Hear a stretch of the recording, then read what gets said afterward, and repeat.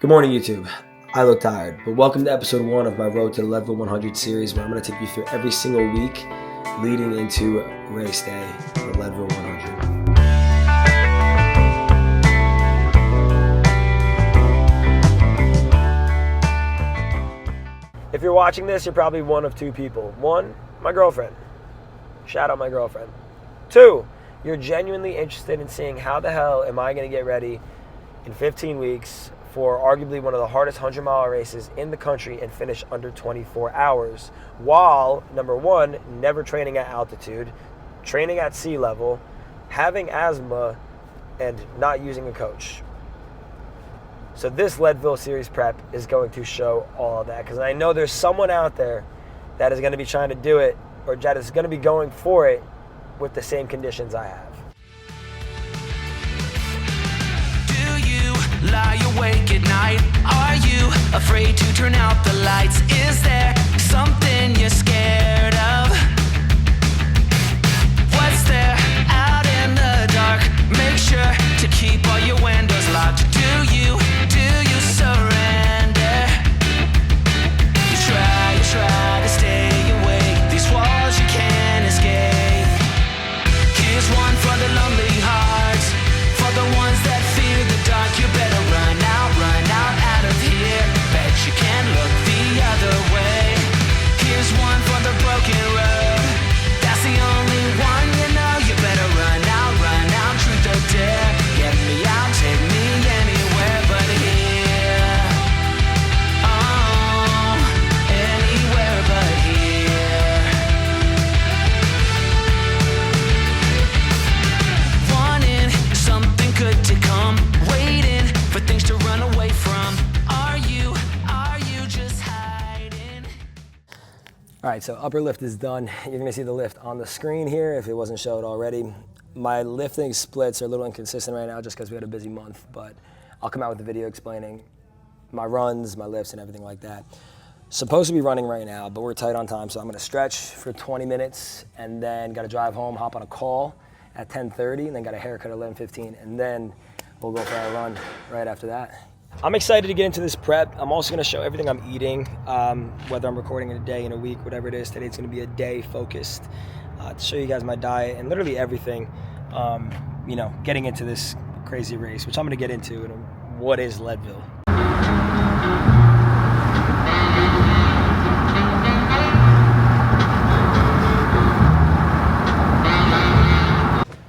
Call is supposed to be in 8 minutes, but we had to stop at the grocery store because we're missing eggs, of course, and other things. All right. Always 93.7. Sometimes I go 80-20. Depends on what the diet's looking like for that week. Then we got to adjust.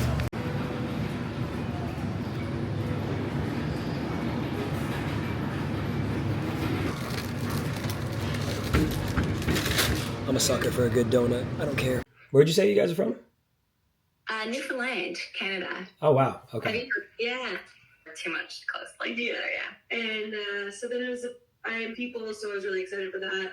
I started this role in January. All right, call is done. Back in the car we go to get a haircut.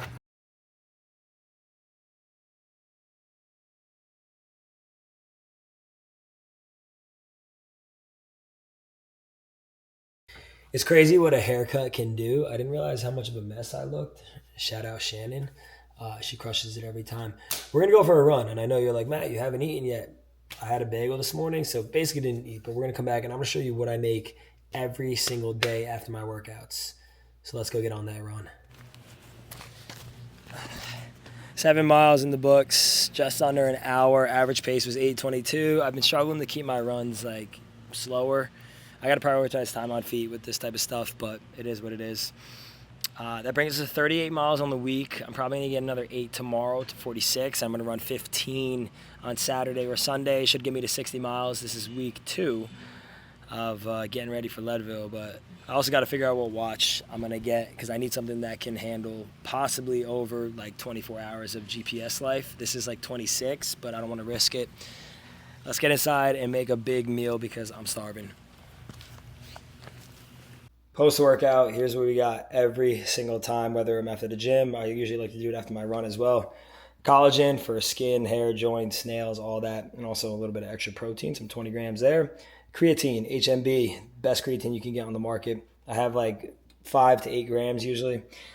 Hydrate, electrolytes, and then grass-fed colostrum, which is just good for gut health, and it also has extra protein in it and so on and so forth. So this is what I'm taking every single time after my workouts and runs. Here is exactly what I have every single day, almost every day. I mix it up a little bit, dress it up differently, but start off 93.7 ground beef, pasture-raised, grass-fed, all that.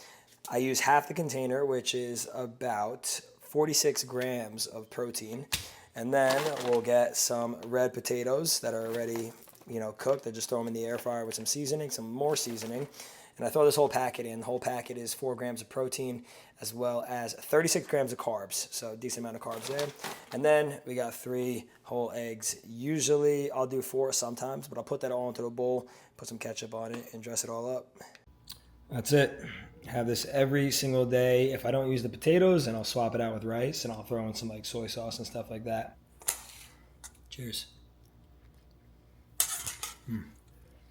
All right, now we can get into it. What is the Leadville 100 and what makes it so significant? The Leadville 100 is a 100-mile ultramarathon in the mountains of Leadville, Colorado. So what makes it crazy? Well, Leadville, Colorado specifically is the highest point of altitude in the country. So you are starting at roughly 8,000 feet above sea level and climbing to a peak elevation of 12,600 feet above sea level.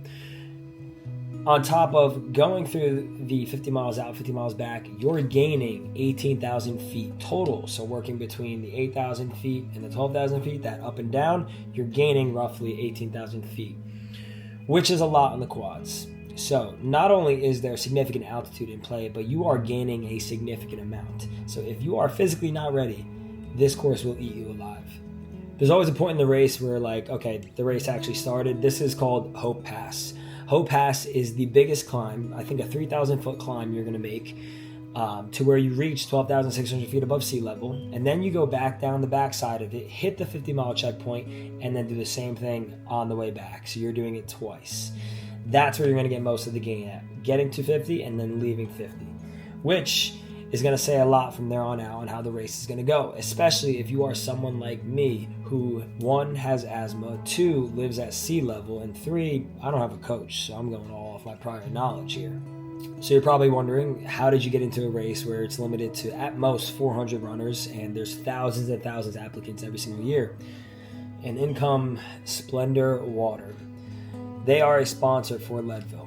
They work with Leadville, and they get 2 bibs a year to give to an athlete to run under their name. I am one of those 2 athletes. Now you're probably thinking, oh, just another running influencer, going to try Leadville, going to DNF. I am not like all your other running influencers that you guys know or that you follow. There are some dogs out there, and I say that very loosely. Whatever I set out to do, I do. There's nothing that stops it, whether a herniated disc, whether I'm sick, whether this, whether that, whatever injury it is, everything I've set out to do, I've done. And Leadville is just going to be another thing to check off the list. So before you try to come at me and say, oh, he's just another running influencer, he's going to DNF, he doesn't deserve to be there, I'll let those comments slide after the race. You could comment whatever you want, whether I do it or not. And now you're probably wondering, Matt, why are you even doing this race? When I first got into running, I heard about the Leadville 100. I heard about it through Nick Bear. I heard about it through other people. And it all has always stuck out to me because 1, who the hell would run 100 miles? And 2, who would do it at the highest point of altitude in the country? And it never made sense to me. And it was always in the back of my head like, no, we're never going to do this race. As I've journeyed through my running career, I've learned that those initial impulses of, I'm scared to do this, I'm never going to do this, is usually a guide to figure out what you should do next. And when you've checked off a lot of things like a full Ironman with 6 weeks of training, sub 250 marathon, 117 half, 100-mile backyard ultra, doing the same 4-mile loop until there's 1 person left. When you've checked off these things, it doesn't leave you with many more options. And that's where I got the opportunity through my manager to work with Splendor Water and get a bib to run in a race that has scared me ever since I came into the running space. And I think there's a lot of power when you sign up for something and you don't know how you're going to get it done. At that point, if you were to run that race tomorrow, when you sign up, there's no shot you're going to be completing it or with the time goal you're shooting for. But I think it's beautiful when you go from that to then doing the race and exceeding your expectations. And I think there's so much growth in that. Not only that, it involves a lot more discipline than just doing it on a whim or going for an easy goal. I'm not going for an easy goal. I'm going to finish under 25 hours, ideally under 24 hours. I'm going to get that big gold belt buckle because there's 2 buckles you can get. One if you finish under 25 and one if you finish under 30. If I'm going to do something, I'm going to do it. I'm never going to do something just to finish. I think there's a lot more pride in shooting for something scarier and not hitting it, a lot more pride and courage that it takes to shoot for something scarier and not hitting it compared to going for something you know you can do. I think it's a cop-out in a way. Yes, you're checking it off, but there's so much more growth in shooting for something that scares the hell out of you and sticking to it no matter the conditions. Leadville 100 is that for me. And I am scared, I'm excited, and this is week 2 of my 16-week prep for the Leadville 100. I'm going to show every bit of this process, from what I eat to how I train to my runs to why I'm doing my runs to training for other races on top of it and any injuries that come along the way, and all leading into August 16th at 4 a.m. when that gun goes off. My name is Matt, and this is the Leadville 100 series prep. I'll see you guys on the next one.